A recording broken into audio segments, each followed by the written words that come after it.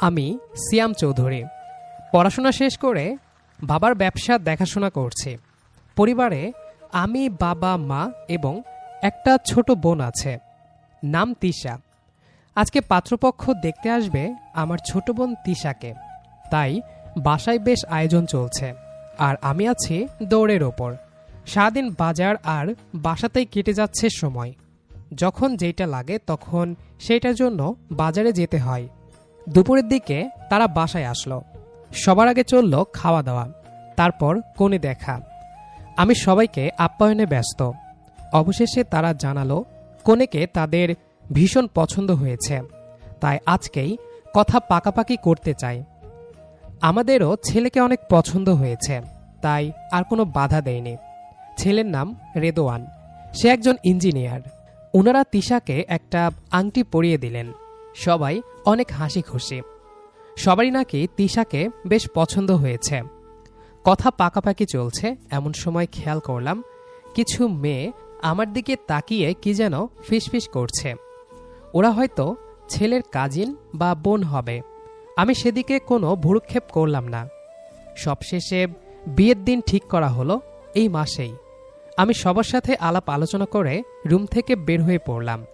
অমনি একটা মেয়ে আমার পিছে পিছে এলো, এসে বলল, এই যে ভাইয়া। আমি পেছনে ফিরে তাকালাম। এক মুহূর্তের জন্য যেন সময়টা থমকে গেল। মেয়েটা আমার থেকে এক হাত দূরে দাঁড়িয়ে আছে। হালকা নীল শাড়ি, চুলগুলো একপাশে খোলা, চোখে অদ্ভুত এক ধরনের অস্থিরতা আর সংকোচের মিশ্রণ। চোখ দুটো বারবার আমার দিক থেকে সরে যাচ্ছে, আবার ফিরে আসছে। আমি একটু অবাক হয়ে বললাম, জি, আমাকে ডাকলেন? মেয়েটা একটু ঠোঁট কামড়ে ধরল, তারপর ধীরে ধীরে বলল, না মানে আসলে আপনার সাথে একটু কথা ছিল। তার গলাটা কাঁপছে, বোঝাই যাচ্ছে সে খুব ভেবেচিন্তে কথা বলতে এসেছে। আমি চারপাশে তাকালাম। সবাই নিজেদের কাজে ব্যস্ত, কেউ আমাদের দিকে খেয়াল করছে না। আমি শান্ত গলায় বললাম, বলুন। ফারজানা একটু এগিয়ে এলো, খুব নিচু স্বরে বলল, আপনি কি এই বিয়েতে খুশি? প্রশ্নটা আমার মাথায় আঘাতের মতো লাগলো। আমি অবাক হয়ে তাকালাম তার দিকে। মানে? ফারজানা চোখ নামিয়ে নিল, আঙ্গুল দিয়ে শাড়ির আঁচলটা পাকাতে পাকাতে বলল, মানে আপনার বোনের বিয়ে হচ্ছে, আপনার কি ভালো লাগছে? আমি হালকা হেসে বললাম, অবশ্যই ভালো লাগছে। বোনের বিয়ে তো আনন্দেরই ব্যাপার। আমার কথায় সে একটু থমকে গেল, যেন অন্য কিছু শুনতে চেয়েছিল। কিছুক্ষণ চুপ থেকে হঠাৎ চোখ তুলে আমার দিকে তাকালো। সেই চোখে তখন আর দ্বিধা নেই, আছে গভীর এক ধরনের সাহস। আচ্ছা, যদি বলি এই বিয়েটা আমার জন্য খুব গুরুত্বপূর্ণ, তখনও কি আপনি এমন শান্ত থাকবেন? আপনার জন্য গুরুত্বপূর্ণ মানে? কারণ আমি ওই ছেলের বোন, যার সাথে আপনার বোনের বিয়ে ঠিক হয়েছে। ও আচ্ছা। জি, কিন্তু এটাও পুরো সত্য না। আমি কপাল কুঁচকে তাকালাম। মানে? সত্যটা হলো, আজ আপনাকে দেখার পর থেকেই আমার মাথার ভেতরে একটা অদ্ভুত অস্থিরতা কাজ করছে। আমি জানি এটা অদ্ভুত শোনাচ্ছে, হয়তো ভুলও, কিন্তু আপনার চোখে তাকিয়ে আমার মনে হচ্ছিল আপনাকে আমি কোথাও হারাতে চাই না। এই কথাটা বলার পর সে দ্রুত চোখ নামিয়ে নিল, যেন নিজের কথাতেই লজ্জা পেয়ে গেছে। আমি কিছু বলতে পারছি না। ফারজানা ধীরে ধীরে বলল, আমি জানি আপনি আমার জন্য কিছুই নন, আর আমিও আপনার জন্য কিছু না। তবু কখনো কখনো মানুষ কাউকে প্রথম দেখাতেই ভুল জায়গায় ঠিকভাবে অনুভব করে ফেলে। সে একটা নিঃশ্বাস ছাড়ল, তারপর আবারও বলল, তাই আমি শুধু এইটুকুই জানতে চেয়েছিলাম, আপনি কি শুধু ভাবির ভাই, নাকি এর বাইরে আপনার নিজের কোনো গল্প আছে? তার চোখে তখন ভয় আর আশা একসাথে। আমি তার দিকে তাকিয়ে রইলাম। কিছুক্ষণ চুপচাপ দাঁড়িয়ে থাকার পর আমি হালকা গলায় বললাম, এই প্রশ্নগুলোর উত্তর দেওয়ার মতো জায়গা এটা না। আপনার ভাইয়ের বিয়ে হচ্ছে আমার বোনের সাথে, এই সময় এসব কথা বলা মানায় না। আমি জানি সময়টা ঠিক না, কিন্তু আমি মাঝখানেই থামিয়ে দিলাম। কিন্তু টিন্তু কিছু না, এটা দুই পরিবারের জন্য গুরুত্বপূর্ণ একটা বিষয়। এখানে ব্যক্তিগত গল্প শুরু করাটা বোকামি। তার মুখটা ফ্যাকাশে হয়ে গেল। আমি শুধু শুনুন, আপনি খুব ছোট, আর এই ব্যাপারগুলো আপনার বয়সের না। ছোট। জি, আমার কাছে তো আপনাকে পিচ্চিই লাগছে। এই কথাটা যেন ওর বুকের ভেতরে লাগলো। পিচ্ছি? আমি শান্ত গলায় কিন্তু কঠিনভাবে বললাম, হ্যাঁ, আপনি আবেগে কথা বলছেন। এটা ভুল জায়গা, ভুল সময়। আপনি ভাবছেন আমি ছেলে মানুষই করছি? না, আমি ভাবছি আপনি সিচুয়েশনটা বুঝতে পারছেন না। সে ঠোঁট চেপে ধরল, চোখ নামিয়ে নিল। সরি। শুধু এই একটা শব্দ বলেই সে ঘুরে চলে গেল। আমি কিছু বললাম না, দাঁড়িয়ে রইলাম। কিছুক্ষণ পর শুনতে পেলাম বাড়ির ভেতর কোলাহল। বিয়ের প্রস্তুতি শুরু হয়ে গেছে। মেয়েরা একে একে বের হচ্ছে। ফারজানাও দূর থেকে একবার তাকালো আমার দিকে, কিন্তু আমি তাকালাম না। তারপর সবাই বিদায় নিল। গাড়ি চলে যাওয়ার শব্দটা যখন মিলিয়ে গেল, তখনই যেন বাড়িটা আবার স্বাভাবিক হলো। আমি মনে মনে ভাবলাম, ভালোই হয়েছে, এই অধ্যায় এখানেই শেষ। কিন্তু না, শেষ হলো না। রাতে রুমে ঢুকে শুয়ে পড়েছি। ফোনটা পাশে ছিল। হঠাৎ মেসেঞ্জারে একটা নোটিফিকেশন টুং করে উঠল, unknown sent you a message. আমি ফোন তুলে দেখলাম, নাম ফারজানা। প্রোফাইল পিকচারে সেই গোলাপি শাড়িরই একটা ছবি। আমি ভ্রুকুচকে মেসেজটা খুললাম। আসসালামু আলাইকুম। আমি কিছুক্ষণ তাকিয়ে রইলাম, তারপর লিখলাম, ওয়ালাইকুম আসসালাম। কে? আমি ফারজানা। আমার আইডি পেলেন কোথায়? ভাবি মানে আপনার বোনের কাছ থেকে নিয়েছি। আপনার কি কারো কথা শোনার অভ্যাস নেই? মানে আমি বলেছিলাম এটা ভুল জায়গা, ভুল সময়। তাই বলে কথা বলাও কি ভুল? হ্যাঁ, এই মুহূর্তে ভুল। আপনি সবকিছুতে এত কড়া কেন? কারণ জীবন একটা সিরিয়াস জিনিস। আর অনুভূতি নিয়ন্ত্রণ করতে হয়। আপনি আমাকে পিচ্ছি বলেছিলেন, আমি কিন্তু পিচ্ছি না। আমি হালকা হেসে লিখলাম, আপনার কথাবার্তাই সেটা প্রমাণ করছে। আপনি খুব রুড। আর আপনি খুব আবেগী। আবেগী হওয়া কি দোষ? ভুল জায়গায় হলে দোষ। কিছুক্ষণ কোনো রিপ্লাই এলো না। আমি ভাবলাম হয়তো চেটে গেছে, কিন্তু তখনই মেসেজ এলো। আপনি যতই আমাকে দূরে ঠেলেন, আমি কিন্তু চলে যাব না। ফারজানার শেষ মেসেজটা দেখে আমি ফোনটা লক করে পাশ ফেললাম। মনে হচ্ছিল এই মেয়েটা একটা ঝামেলা, কিন্তু অদ্ভুতভাবে সেই ঝামেলাটা মাথার ভেতর থেকে যাচ্ছিল না। পরের কয়েকদিন খুব ব্যস্ততায় কাটল। বিয়ের শপিং, কার্ড ছাপানো, আত্মীয়দের ফোন, সব মিলিয়ে এক প্রকার দম নেবার ফুসরত নেই। এর মাঝেই মাঝে মধ্যে ফোনের নোটিফিকেশন আসে। Good morning. আজ খুব গরম, তাই না? আপনি কি রাগ করে আছেন? আমি কোনো রিপ্লাই দিতাম না। একদিন বিরক্ত হয়ে লিখলাম, তুমি কেন বারবার আমাকে মেসেজ দিচ্ছ? কারণ আপনি রিপ্লাই দেন না। সেটা বুঝেও কেন থামছো না? কারণ আমি থামতে চাই না। আমি ফোনটা নামিয়ে রাখলাম। বিয়ের আগের দিন। বাসা ভর্তি মানুষ, আত্মীয় স্বজন, বন্ধু, প্রতিবেশী, একদম উৎসবের পরিবেশ। আমি গেস্ট সামলাতে ব্যস্ত। হঠাৎ খেয়াল করলাম পরিচিত একটা মুখ দরজার পাশে দাঁড়িয়ে আছে। নাম ফারজানা। সে হালকা নীল শাড়ি পরেছে, চুল খোপা করা। আগের দিনের সেই অস্থির চোখে আজ অন্যরকম একরকম জেদ আর আনন্দ মিশে আছে। সে আমাকে দেখেই এগিয়ে এলো। ভাইয়া। আমি ভ্রুকুচকে তাকালাম। তুমি? আমার ভাইয়ের বিয়ে হচ্ছে, আমি আসবো না? আসতেই পারো, থাকো এখানে। এই ভিড়ের মধ্যে আর কথা বলার দরকার নেই। আমি কথা বলতে আসিনি। তাহলে? শুধু দেখতে এসেছি আপনি হাসছেন কিনা। আমি বিরক্ত হয়ে বললাম, ফারজানা, এসব বাচ্চামি কথা বাদ দাও। আপনি সব সময় আমাকে ছোট করেন কেন? কারণ তুমি আচরণে সেটাই দেখাও। আচ্ছা ঠিক আছে, আজ আর ডিস্টার্ব করব না। বলেই সে ঘুরে চলে গেল, কিন্তু যাওয়ার আগে একবার ফিরে তাকালো। সেই সাথে একটা চোখ টিপ দিল। আমিও দেখেও না দেখার ভান করলাম। বিয়ের দিন। তিশা লাল শাড়িতে একেবারে অন্যরকম লাগছে। চোখে মুখে ভয়, লাজ আর আনন্দ একসাথে। সবকিছু সুন্দরভাবে এগোচ্ছে। বিয়ের এক ফাঁকে ফারজানাকে আবার দেখলাম। সে দূরে দাঁড়িয়ে তিশাকে দেখছে।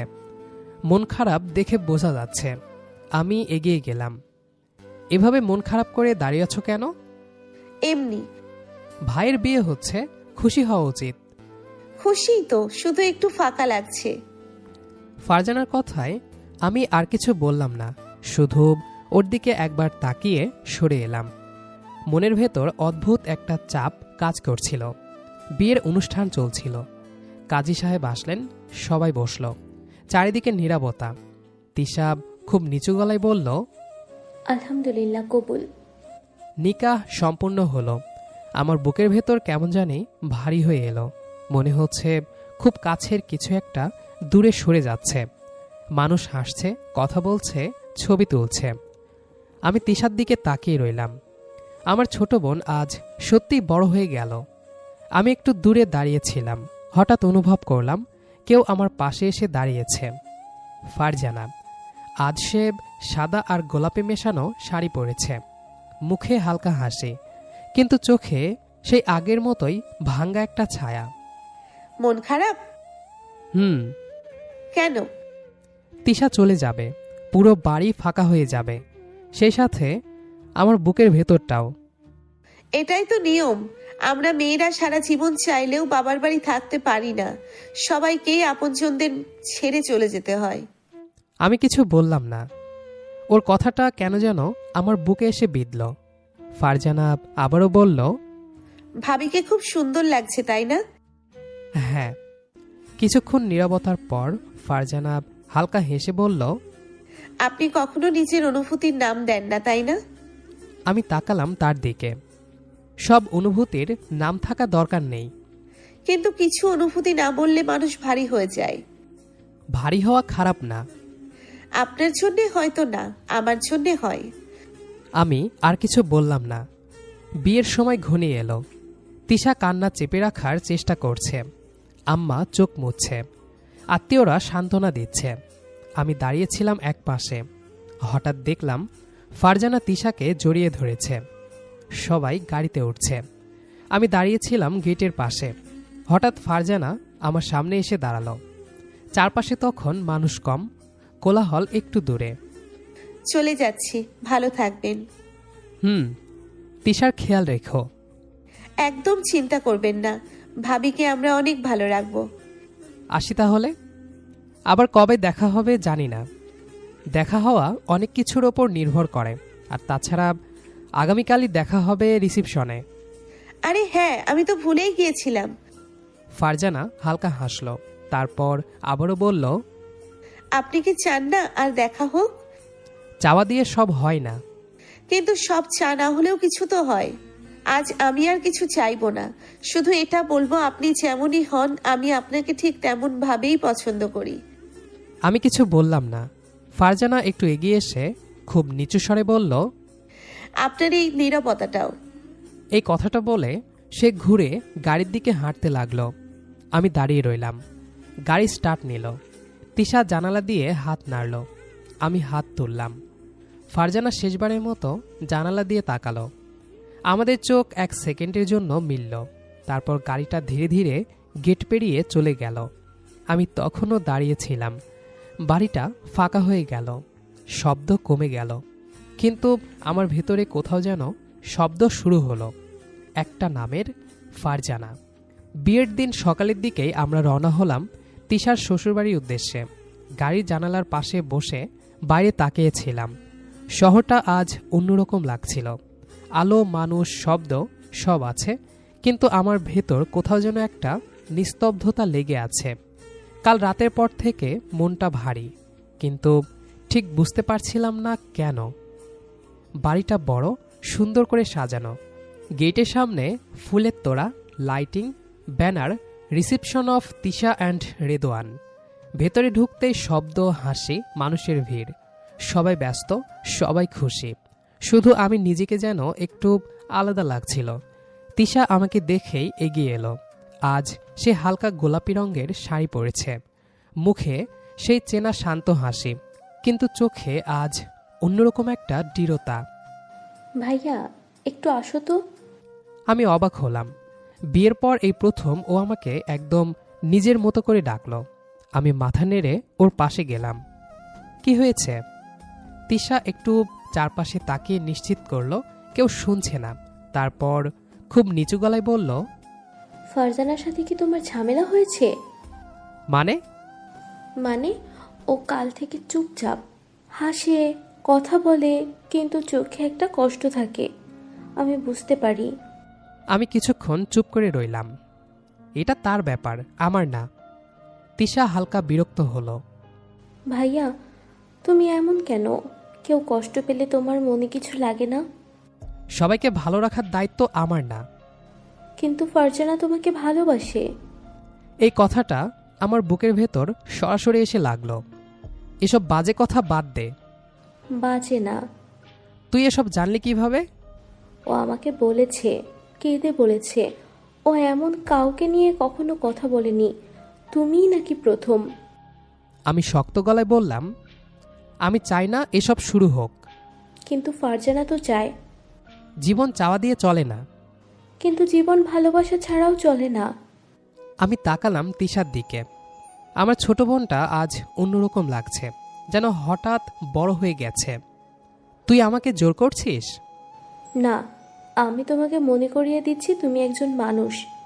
আমি কিছু বললাম না। তিশা ধীরে বলল, একবার কথা বলো, শুধু কথা। যদি কিছু না থাকে তুমি নিজেই বুঝে যাবে।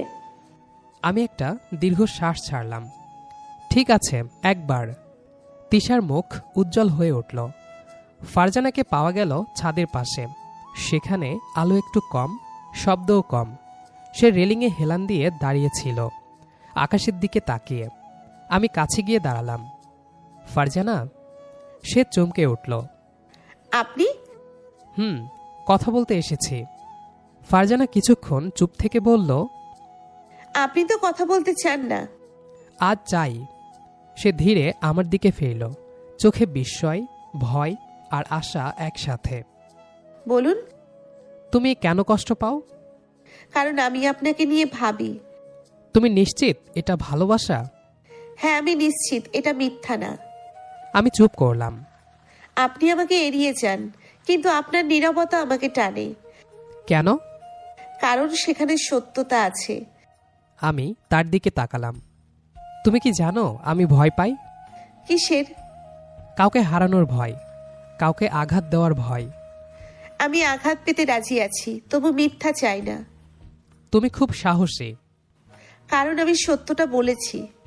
আমি ধীরে বললাম, আমি তোমাকে পছন্দ করি, কিন্তু ভয় পাই। ফারজানার চোখ ভিজে উঠল। এই কথাটা শোনার জন্যই আমি এতদিন দাঁড়িয়েছিলাম। ফারজানা কেঁদে ফেলল, কিন্তু সেই কান্না ভারী না, হালকা, যেন বুকের ভেতরে চাপটা বেরিয়ে যাচ্ছে। আপনি জানেন না এই কথাটা আমাকে কতটা হালকা করলো। আমি কিছু বললাম না, শুধু ওর দিকে তাকিয়ে রইলাম। সূর্যের আলোটা ঠিক ওর মুখে পড়ছিল, চোখে জল, ঠোঁটে হাসি, দুটো একসাথে খুব অদ্ভুত সুন্দর লাগছিল। তুমি কেন আমাকে এত গুরুত্ব দাও? কারণ আমি আপনাকে আমার সবটুকু দিয়ে ভালোবাসি। আমি তো তোমাকে অনেকবার দূরে ঠেলেছি। হ্যাঁ, কিন্তু আপনি কখনো মিথ্যা বলেননি। আমি চুপ করে রইলাম। ফারজানা ধীরে বলল, জানেন, আমি আপনার প্রেমে পড়িনি, আমি আপনার নীরবতায় পড়েছি। নীরবতা তো ফাঁকা। না, নীরবতা ভিড়ের ভেতর শান্ত জায়গা। তুমি খুব সুন্দর করে কথা বলো। কারণ আমি অনেক ভেবেছি কি? আপনাকে। আর আমি ভাবতাম আমি একাই শুধু ভাবি। ফারজানা হেসে ফেলল, সেই হাসিটা কান্নার ভেজা আলো নিয়ে। আপনি জানেন আমি কি চাই? কি? আপনি পাশে থাকুন, হাত ধরার জন্য না হলেও হাঁটার জন্য। আমি পাশে থাকব। কথা দিলেন? সে ধীরে হাতটা আমার খুব কাছে আনলো। এইটুকুই এখন যথেষ্ট। আমি তাকালাম আকাশের দিকে। শহরের আলো দূরে ঝিকমিক করছে, ছাদের ওপর বাতাসটা ঠান্ডা, নিচে মানুষের শব্দ, আর এখানে শুধু আমরা দুজন আর কিছু কথা। ভবিষ্যৎ নিয়ে কখনো ভেবেছ? ভেবেছি, কিন্তু ভয়ও লাগে। কিসের ভয়? যদি আপনি বদলে যান, যদি বদলিয়ে যাই তাহলে কি করবে? তাহলে আমি চাই আপনি আমার জন্যেই বদলান। এটা খুব স্বার্থপর ইচ্ছা। ভালোবাসা একটু স্বার্থপরই হয়। আর দায়িত্ব? দায়িত্ব মানে কাউকে ছেড়ে না যাওয়া। আপনি কি আমায় ছেড়ে যাবেন? না, তুমি খুব আবেগী। আপনার জন্য। আমি কি এত বিশেষ? আপনি আমার জন্য সবচেয়ে বিশেষ একজন। আমি কিছু বলার আগেই পেছন থেকে একটা পরিচিত গলা। ও, এখানে লুকিয়ে লুকিয়ে কি চলছে? আমি আর ফারজানা দুজনেই চমকে উঠলাম। ভাবি, হায় হায়, আমি কি দেখে ফেললাম? তিশা, বাজে কথা বলিস না। বাজে কেন? আমার ভাই ছাদে একটা সুন্দর মেয়ের সাথে দাঁড়িয়ে কথা বলছে, হাসছে, আর আমি চুপ থাকবো? ফারজানা লজ্জায় লাল হয়ে গেল। ভাবি আপনি কি বলছেন? আরে আমি তো খুশি, আমার দুই প্রিয় মানুষ একসাথে। নাটক করিস না। আমি মোটেই নাটক করছি না, কিন্তু আমি ভবিষ্যৎ দেখছি। ফারজানা আবারও লজ্জা পেল। আপনারা দুজন কথা বলুন, আমি চাই। তিশা চোখ টিপে বলল, না না, থাকো, আমিই চলে যাচ্ছি। আমি তো শুধু দেখতে আসছিলাম পরিস্থিতি কেমন। বলেই তিশা চলে গেল। ছাদে হালকা হাওয়া বইছে। ফারজানা দাঁড়িয়ে আছে, চোখে দুষ্টু হাসি। আমি তাকিয়ে দেখি সে এক হাত দিয়ে রেলিং ধরে আরেক হাত দিয়ে চুল খোঁচাচ্ছে। কি করছো? ছাদে যোগব্যায়াম শিখছো নাকি? না, আমি শুধু যাচ্ছি কিস টেস্ট করার। Kiss test? আবার কোন পরীক্ষার নাম দিলে তুমি? ফারজানা হেসে আমার দিকে এগিয়ে আসে। হঠাৎ সে হালকা চুমু দেয় আমার গালের কাছে। এই হলো প্র্যাকটিস রাউন্ড। আমি চোখ বড় করে তাকালাম, ঠোঁট সামান্য উঁচু করে বললাম, প্র্যাকটিস রাউন্ড? মানে ফাইনাল রাউন্ডও আছে? হ্যাঁ, তবে ফাইনাল রাউন্ডে পাশ করতে হলে আগে আমাকে বিয়ে করতে হবে। আমি হেসে হাত দুটো পেছনে নিয়ে বললাম, ঠিক আছে, তবে সতর্ক থেকো, আমি হঠাৎ আক্রমণ করতে পারি। দেখা যাবে কি করতে পারেন আপনি। আমি হেসে ধীরে ধীরে কাছে গেলাম। সে হঠাৎ মাথা ঘোরালো আর আমি হালকা চুমু দিলাম গালের ওপর। এইটা কি ফাইনাল রাউন্ড? না, এটা শুধু বোনাস রাউন্ড। আমরা দুজন হেসে একে অপরকে চুমু দিয়ে ধাক্কা মারতে লাগলাম। হাওয়ায় চুল উঠছে, শহরের আলো ঝিকমিক করছে। আমরা নিচে নেমে এলাম। ছাদ থেকে নামতেই বাড়ির ভেতর সব আত্মীয়দের ভিড়, আলো ঝিকমিক করছে, মানুষের হাসি আর কোলাহল সব মিলিয়ে উৎসবের পরিবেশ। আমি ও ফারজানা একে অপরের দিকে তাকিয়ে আছি, চোখে দুষ্টু হাসি, ঠোঁটে সামান্য লাজ। ফাইনাল রাউন্ডের জন্য প্রস্তুত? তবে আগে মনে রাখবেন এখন আমরা সবার চোখের সামনে, তাই খুব বেশি ঝামেলা করা যাবে না। ঝামেলা? ঝামেলা তো তুমি শুরু করো। আর আপনি সব সময় দূরে থাকার অভিনয় করেন। আমি হেসে ধীরে ধীরে ওর হাতে হাত রাখলাম। মানুষের কোলাহল, আলোর ঝলকানি, হাওয়ার নরম ছোঁয়া, সব মিলিয়ে যেন আমাদের চারপাশে অন্যরকম এক শান্তি সৃষ্টি হয়েছে। তবে মনে রেখো, আমি আক্রমণ শুরু করলে কোনো কিছু বাকি থাকবে না। দেখা হবে পারবেন কিনা। আমরা দুজন হেসে ধীরে ধীরে ভিড়ের মধ্য দিয়ে এগোতে লাগলাম। সবাই আমাদের দিকে তাকাচ্ছে, কিছুটা অবাক, কিছুটা খুশি, কিন্তু আমাদের নিজেদের মধ্যে যা কিছু চলছে সেটা যেন অন্য জগতের। আমি হালকা গলায় বললাম, দেখেছ, এখানে সবাই আছে, কিন্তু এই মুহূর্তে শুধু তুমি আর আমি। এবং আমি এটা পুরোপুরি ভোগ করতে চাই। আমরা দুজন ধীরে ধীরে বারান্দার পাশে গিয়ে দাঁড়ালাম। হালকা আলো আমাদের মুখে পড়ে, শহরের শব্দ ভিড়ে মিলিয়ে যাচ্ছে। আমি ওর হাতে ধীরে ধীরে চুমু দিলাম। ফারজানা লজ্জায় হালকা হাসল, চোখে জলজলে আনন্দ। ভিড়ের মধ্যে হওয়া নরম ছোঁয়া, সব মিলিয়ে যেন ছোট একটি পৃথিবী আমাদের চারপাশে তৈরি হলো। তুমি জানো, কখনো কখনো জীবন চুপচাপ চলে যায়, কিন্তু আজ এই মুহূর্তটা মনে থাকবে আমাদের দুজনের জন্য। আজ থেকে এই মুহূর্ত আমার মনে সব সময় থাকবে। আমরা একে অপরের দিকে তাকিয়ে হাসলাম, যেন কোনো কথাই না বলা লাগে। সব বোঝা যাচ্ছে চোখে চোখে, হাসিতে হাতে। হঠাৎ ফারজানা লাজুকভাবে হেসে বলল, আর মনে রাখবেন বোনাস রাউন্ড শেষ হয়েছে, এখন ফাইনাল রাউন্ড শুরু। ফাইনাল রাউন্ডে কোনো কম্প্রোমাইজ নেই। ঠিক আছে।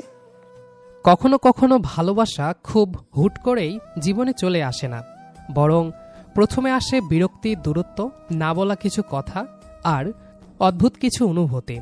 তারপর ধীরে ধীরে কেউ একজন অভ্যাস হয়ে যায়, কেউ একজন নীরবতার মধ্যেও সবচেয়ে আপন হয়ে ওঠে। সিয়াম আর ফারজানার গল্পটাও ঠিক তেমনই। প্রথমে ছিল ভুল বোঝাবুঝি, জেদ আর একতরফা অনুভূতি, কিন্তু সময়ের সাথে সেই অনুভূতি বদলে গেল বোঝাপড়ায়, আর বোঝাপড়া থেকে জন্ম নিল সত্যিকারের ভালোবাসা।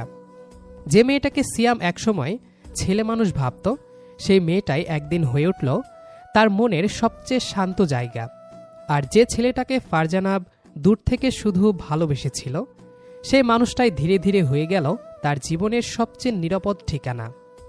হয়তো এটাই ভালোবাসার সবচেয়ে সুন্দর রূপ, যেখানে জোর নেই, তাড়া নেই, আছে শুধু ধীরে ধীরে একে অপরের দিকে এগিয়ে আসা, একটু হাসি, একটু অভিমান আর একটুখানি মায়া নিয়ে।